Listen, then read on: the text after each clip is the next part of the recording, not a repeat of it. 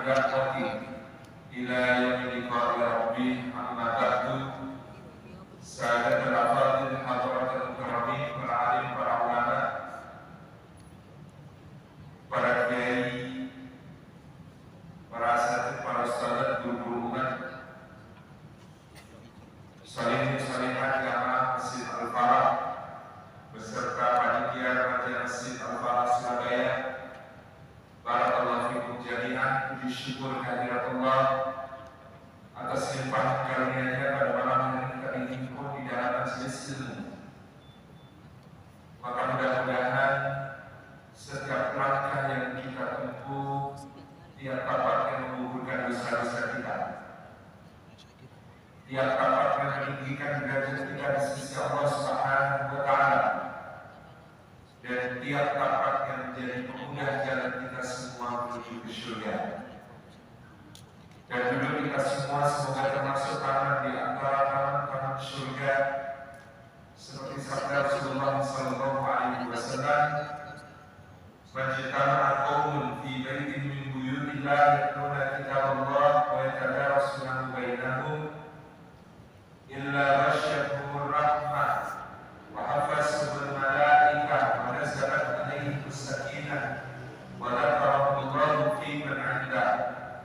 Rawahu Muslim dan Sahih. Tidak berhimpun satu tahun di satu rumah di antara rumah Allah, di dalamnya mereka membaca kitab Allah dan mengkaji isinya di antara mereka, melainkan keadaan mereka itu dicurah-curah rahmat Allah, dinaungi sayap-sayap malaikat Allah, diturunkan sakinah ke dalam hatinya, dan disebut-sebut namanya dengan bangga pada makhluk-makhluk mulia yang ada di sisinya.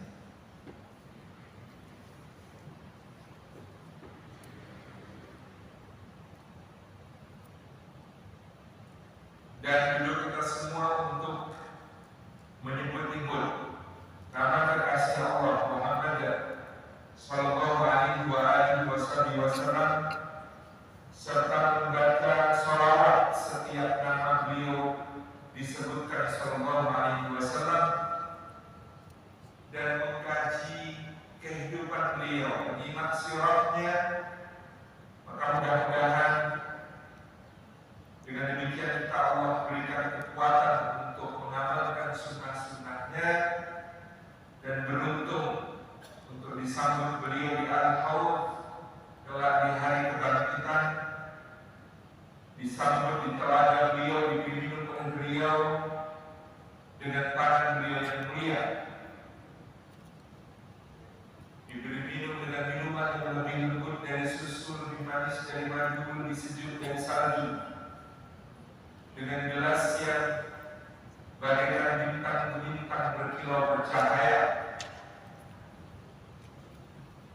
dan diberikan keberuntungan bernaung di bawah panji-panjinya di yaumil mahsyar, serta diberi keberuntungan untuk mendapatkan syafaatnya, syafaatul uzma.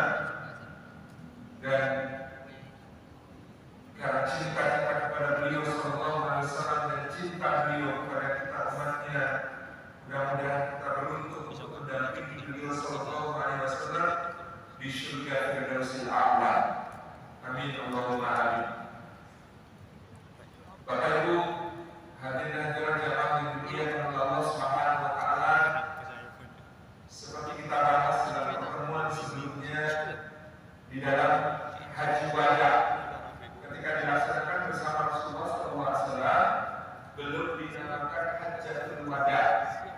Karena Hajjatul Wada artinya haji perpisahan Rasulullah dengan kaum muslimin.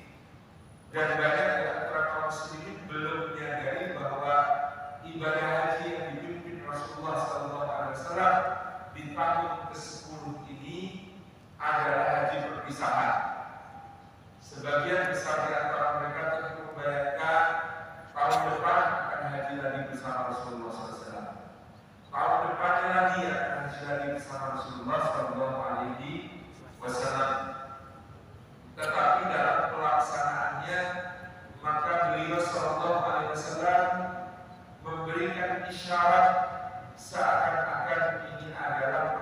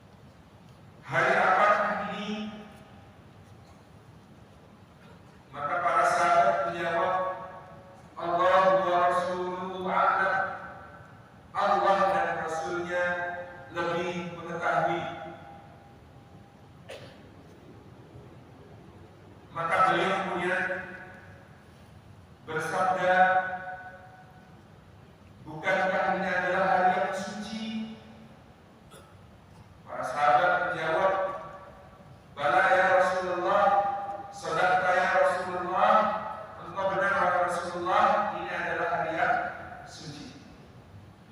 Beliau kemudian bertanya lagi, bulan apakah ini? Kalau kita kan mungkin menjawab, ya apakah ini Senin? Bulan apakah ini? Zulhijjah, gitu kan? Tapi kalau para sahabat itu selalu menjawab dengan kalimat Allahu wa rasuluhu a'lam. Allah dan Rasulnya lebih mengetahui. Maka beliau SAW bersabda, bukankah ini bulan yang suci? Maka para sahabat menjawab, bala ya Rasulullah, sadaqta ya Rasulullah. Betul wahai Rasulullah, ada benar wahai Rasulullah. Maka kemudian beliau bertanya lagi, tempat apakah ini? Kalau kita menjawab, Arafah ya Rasulullah, Mina ya Rasulullah. Maka beliau dijawab oleh para sahabat jawaban mereka sama, Allah wa rasuluhu a'lam. Allah dan Rasulnya lebih mengetahui. Kemudian Nabi sallallahu alaihi wasallam kembali mengatakan, bukankah ini tempat yang suci, bumi yang suci? Maka para sahabat menjawab, bala ya Rasulullah, sadaqta ya Rasulullah. Betul wahai Rasulullah, engkau benar wahai Rasulullah, ini adalah bumi yang suci. Maka sesungguhnya darah-darah kalian, harta-harta kalian, kehormatan kalian adalah suci, sebagaimana sucinya hari ini, sucinya bulan ini, sucinya tempat ini. Nabi sallallahu alaihi wasallam mengatakan, maka sesungguhnya darah-darah kalian, harta-harta kalian, dan kehormatan kalian adalah suci, muharram, disucikan, lalu diharamkan bagi yang lain untuk melanggarnya, seperti sucinya hari kalian ini, sucinya bulan kalian ini, dan sucinya tempat kalian ini, bumi kalian ini. Ini adalah pengumuman yang Rasulullah Sallallahu Alaihi Wasallam proklamasi tentang kehormatan dan perlindungan kesetaraan untuk semua manusia dalam nyawanya, darahnya, hartanya, dan kehormatannya. Maka di antara sesama muslim haram untuk menumpahkan darah kecuali sebab yang dibenarkan oleh syariat. La yahillu damu mri'in muslim illa min faratin. Tidak halal menumpahkan darah seorang muslim kecuali karena 3 alasan. An-nafsu bin nafsi, atau dalam riwayat al-mar'u bil mar'i. Yang pertama karena hukum qisas, pembunuhan terhadap satu nyawa dengan sengaja, maka diajukan ke pengadilan, kemudian hakim memutuskan hukuman atas pembunuhan tersebut adalah qisas. Maka baru yang seperti ini diperbolehkan oleh syariat untuk tumpahnya darah seorang muslim. Tidak boleh balas dendam sendiri dengan alasan qisas. Dia sudah bunuh bapak saya akan membunuh dia. Ini qisas. Tidak disebut qisas kecuali hukuman itu dijatuhkan oleh pengadilan yang berdasarkan syariat Islam. Maka tidak boleh alasannya qisas tadi eksekusi sendiri, tidak boleh. Tidak disebut qisas. Yang kedua, wasayyibuz zani, dan orang yang sudah menikah tetapi berzina. Sudah itu ya antara masih dan pernah. Artinya semua yang pernah memiliki ikatan pernikahan akan ijab qabul kemudian melakukan perzinahan, maka hukuman baginya adalah kematian. Yakni kalau hal itu dibuktikan dengan adanya 4 saksi di pengadilan, kemudian pengadilan menjatuhkan hukuman rajam, atau yang bersangkutan melakukan pengakuan kepada pengadilan yang pengakuannya kemudian diterima oleh hakim yang memutuskan hukuman rajam untuk dirinya. Nah, tidak boleh menghakimi sendiri, menghukumi sendiri, melaksanakan eksekusi sendiri. Sehingga kalau ada orang yang ketakutan dengan syariat Islam, nanti apa-apa kok dihukum, apa-apa kok dihukum, harus melihat konteksnya bahwa hukum dalam syariat Islam itu pembuktiannya berat.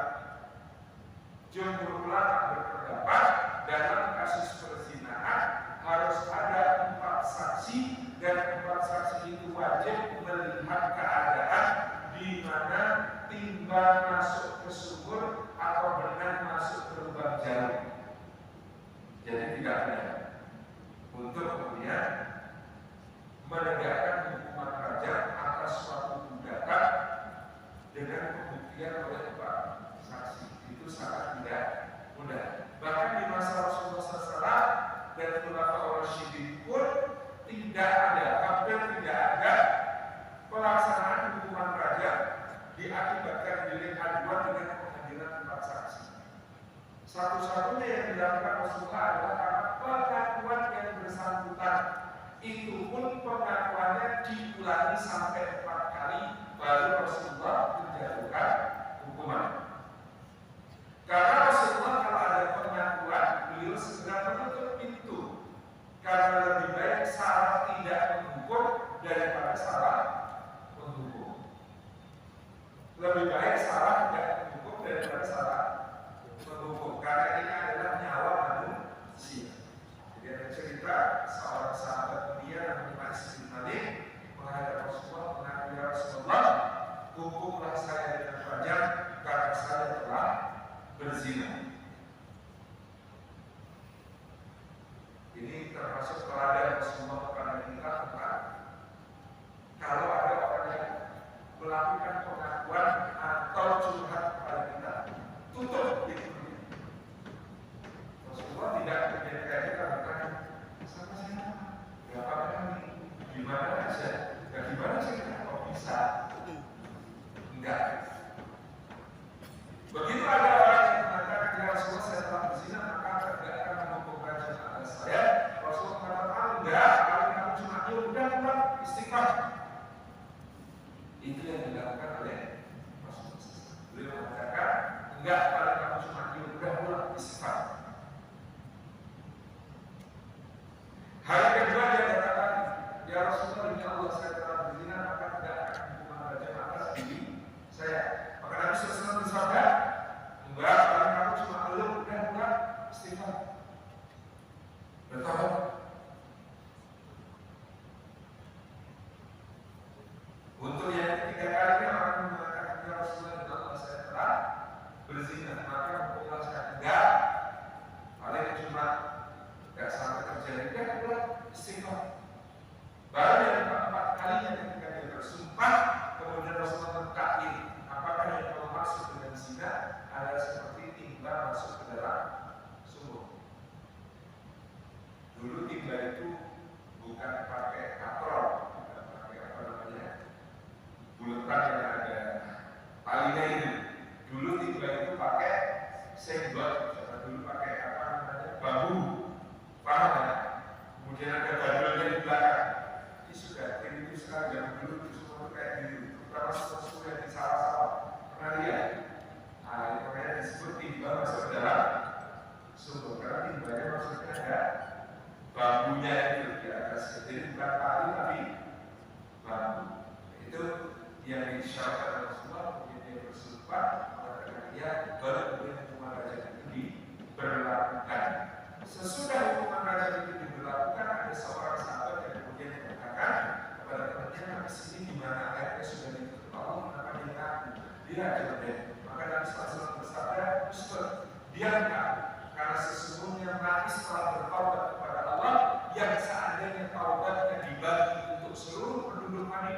niscaya cukup untuk diampuni semua dosa mereka.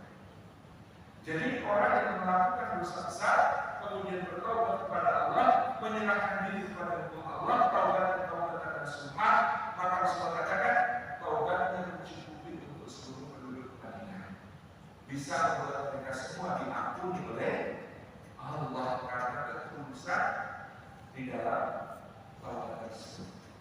Jadi yang kedua, ya, as-sayyidus zani, orang yang sudah menikah tapi berzina, baik masih dalam status pernikahan maupun duda maupun janda, ini disebut as-sayyidus zani. Yang ketiga, wa tarikul dinihi mufarriqul jamaah, yang menjadikan halal darah seseorang ditumpahkan adalah tarikul dinihi, orang yang meninggalkan agamanya, yakni murtad, mufarriqul jamaah, dan dia memecah belah persatuan umat Islam. Ini yang kemudian berhak ditumpahkan darahnya di dalam syariat, dan semuanya baru bisa dijalankan kalau tegak pengadilan yang berdasarkan syariat Islam. Di mana di Indonesia belum bisa dilaksanakan karena tidak memenuhi syarat. Ini yang menjadi catatan. Jadi darah antar sesama muslim haram, mulia, suci, tidak boleh ditumpahkan. Demikian pula harta-harta kalian, sebagaimana hari kalian, bulan kalian, bumi dan tanah kalian yang suci ini, maka juga haram di sisi Allah, suci di sisi Allah. Maka tidak boleh saling memakan harta di antara kita dengan jalan yang haram. Maka definisi dari memakan harta dengan jalan yang haram ini banyak. Satu, menipu, tidak halal suatu penipuan, atau mencuri, mengambil hak orang lain, baik pencurian kecil-kecilan maupun besar-besaran, baik yang tertembus KPK maupun tidak, baik yang merugikan negara maupun individu, semuanya pencurian. Atau perampasan,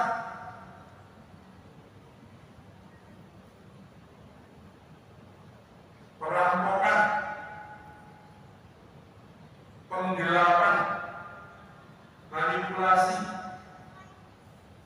atau misalnya amanah, lebih-lebih kalau itu adalah harta anak yatim yang dititipkan kepada seseorang, diamanahkan kepada seseorang. Semua cara yang tidak diridhai Allah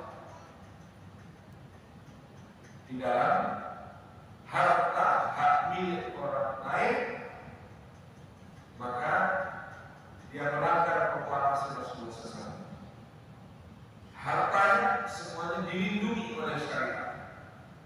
Maka membela harta ataupun keluarga dari perampasan atau ancaman ketika terbunuh, maka wafatnya, matinya tergolong syahid di jalan Allah. Jadi kalau ada perampok jangan dulu kan dijawab banyak.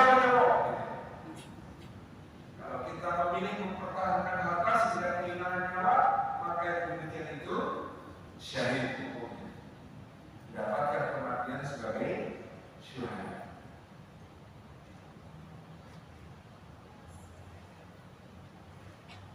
Yang ketiga, kehormatan kalian haram, suci sebagaimana sucinya hari kalian ini, bulan kalian ini, tanah kalian ini. Maka kita tidak boleh melanggar kehormatan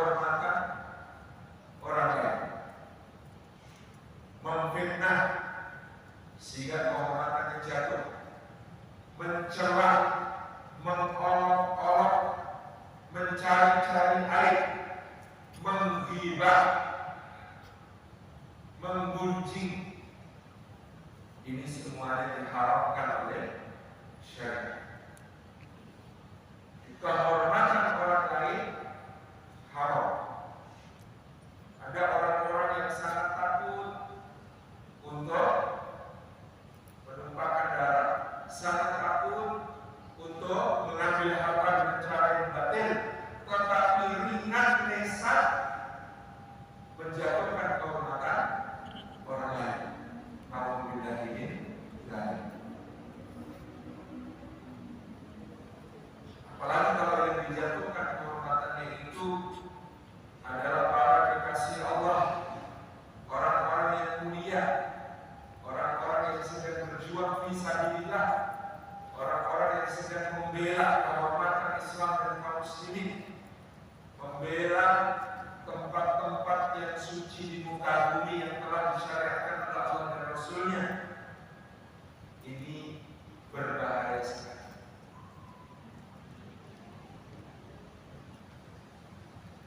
Kalau menjatuhkan kehormatan, akan disebut ada daging para kekasih Allah itu racun. Jangan digunjing, jangan digibah, bahkan kalau ketemu air yang benar, karena akan mematikan. Kenapa diumpamakan dagingnya itu racun? Karena gibah itu diumpamakan oleh Allah di dalam Al-Quran memakan bangkai, memakan daging bangkai. Maka dia bukan cuma menjijikkan, tapi mematikan. Itu maksudnya.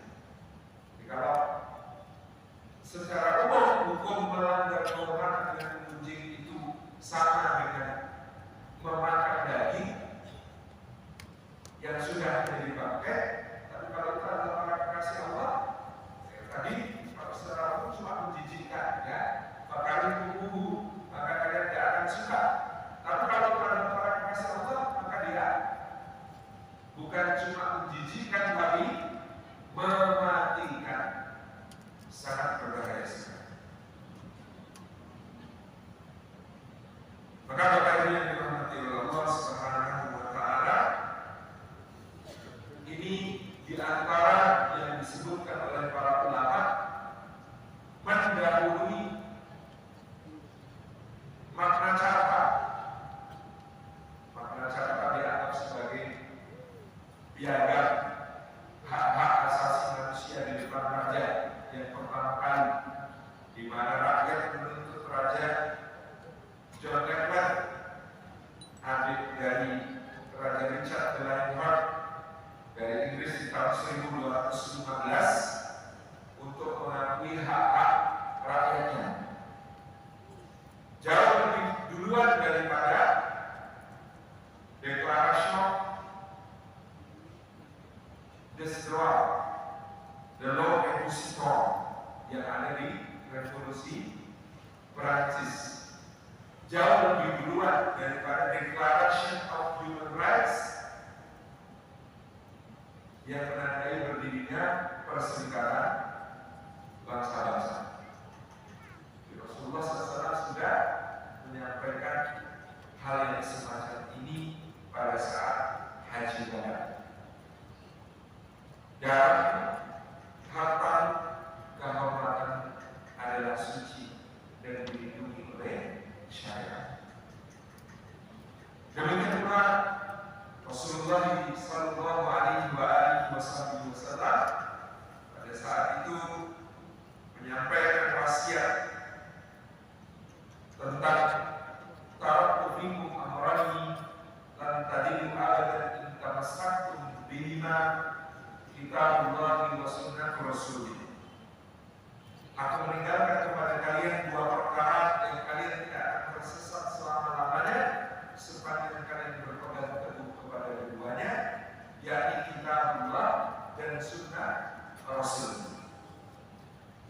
Dalam riwayat yang lebih banyak jalan sanadnya ada redaksi lain, yakni kitabullahi wa ahli baiti, yakni kitabullah dan ahli keluarga beliau sallallahu alaihi wasallam. Rasulullah sallallahu alaihi wasallam pernah menyampaikan sesungguhnya seorang nabi tidak meminta apapun kepada umatnya kecuali seperti diminta nabi-nabi yang lain. Beliau meminta illa mawaddatan fil qurba, kecuali agar umatnya mencintai kaum kerabat beliau sallallahu alaihi wasallam. Maka mencintai keluarga Rasulullah sallallahu alaihi wasallam dan ahli baitnya adalah termasuk akidah Ahlussunnah wal Jamaah, sebagaimana kita mengikuti kitabullah dan sunnah Rasulullah sallallahu alaihi wasallam. Ya ala baiti Rasulillah hubbukum. Syafi'i pernah bersair, wahai keluarga Rasulullah sallallahu alaihi wasallam, mencintai kalian adalah fardun fi kitabillah anzala, kewajiban di dalam kitab Allah yang telah Dia turunkan.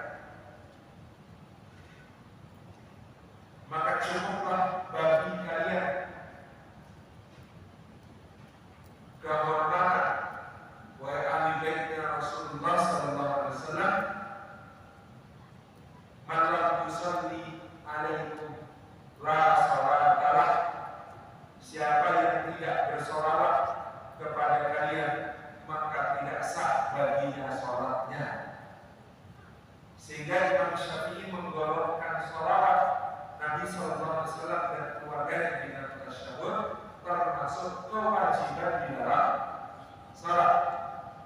Allahumma shalli ala Muhammad wa ala ali Muhammad kama shallaita ala Ibrahim wa ala ali Ibrahim wa barik ala Muhammad wa ala Muhammad kama barakta ala Ibrahim wa ala ali Ibrahim innaka Hamidum Majid. Itu adalah kewajiban, bagian dari kewajiban sholat. Sehingga Nabi memfatwakan masalah ini, man lam yusalli alaikum la salatalah, siapa yang tidak bersolawat kepada kalian wahai keluarga Rasulullah di dalam sholatnya maka sholat itu tidak sah baginya. Jadi ini bagian penting dari sholat atau tasyahud. Jangan melamun supaya kita tetap bisa membaca tahiyatnya dari awal sampai akhir. Ya, sebagian ulama mengatakan sampai tasyahud, sampai sholawat inilah kewajiban di dalam tasyahud. Tetapi kemudian Imam Ahmad bin Hanbal pernah ketika anaknya sedang sholat, maka ditanya setelah selesai sholat, apakah kamu berdoa Allahumma inni a'udzubika min adzabi jahannam wa min adzabil qabr wa min fitnatil mahya wal mamati wa min syarri fitnatil masiihid dajjal ya muqallibal qulubi tsabbit qalbi ala dinik. Apakah kamu berdoa membaca doa ini? Anaknya menjawab tidak, ya kan bukan rukun. Maka Imam Ahmad bin Hanbal mengatakan ulangi sholat, ulangi sholat. Karena apa? Karena beliau sangat menekankan doa ini. Allahumma inni a'udzubika min adzabi jahannam wa min adzabil qabr. Ya Allah, sesungguhnya aku berlindung kepadamu dari azab neraka jahanam dan juga azab kubur. Wa min fitnatil mahya wal mamati, dan dari fitnah kehidupan maupun fitnah kematian.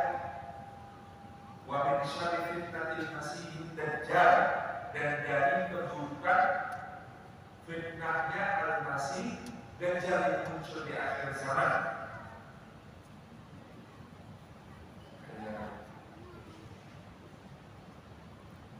Gimana nanti bisa bertahan kalau ada fitnah dajjal? Ada omongannya bahasa Israel negara penjajahannya percaya.